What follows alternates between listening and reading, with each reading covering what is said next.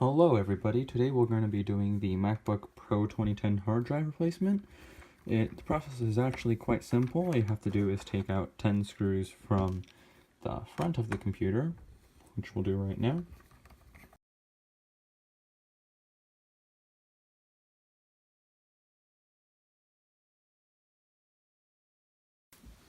Do take note that the two screws in the back here will have slightly longer screws, which look like this, as compared to the other screws, which look like this. Very small in comparison.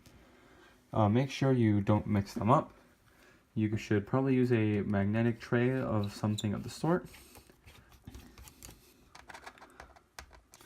So after taking out all 10 screws, this will lift away along with the tray, and we get access to the hard drive that I'm going to be replacing. So right now I have an SSD, but we're actually going to be replacing it with the original drive that it came with, because I am done borrowing this computer. So we'll unscrew these two screws. You don't have to unscrew them all the way in order to gain access. This will just come right out. And I do believe that these two screws will also need to be unscrewed. Let me make sure of that. Yes, okay.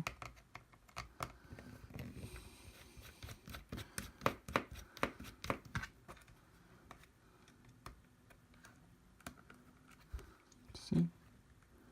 That's not enough. Let's see if we need to bring them.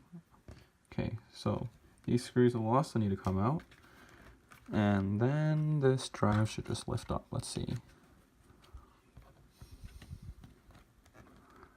See if it wants to cooperate today. There we go. Okay. So you might have to somehow get it out, but you unscrew those screws and it'll just lift right out. Take care not to break the ribbon cable right here, and you'll just unplug the ribbon cable. So you'll probably be doing the reverse of what I'm doing here today, replacing your original hard drive with an SSD. But here I'll be putting back in the original SSD, taking care to the original hard drive, taking care to not break the ribbon cable, and just push in these metal connectors. We put the hard drive back where it came from. Its original slot. Put these two screws back in.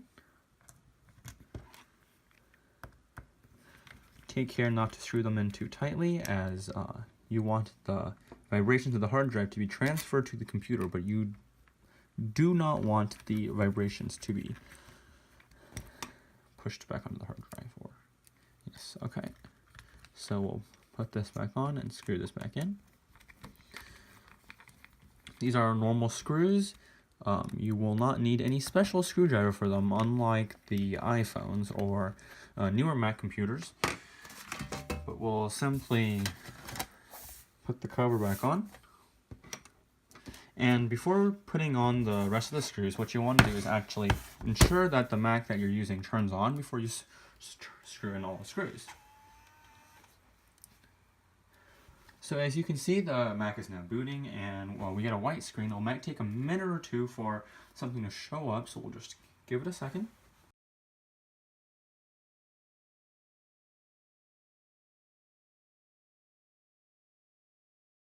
Once you have verified that it is working, you can feel free to shut down the computer and screw the screws back in.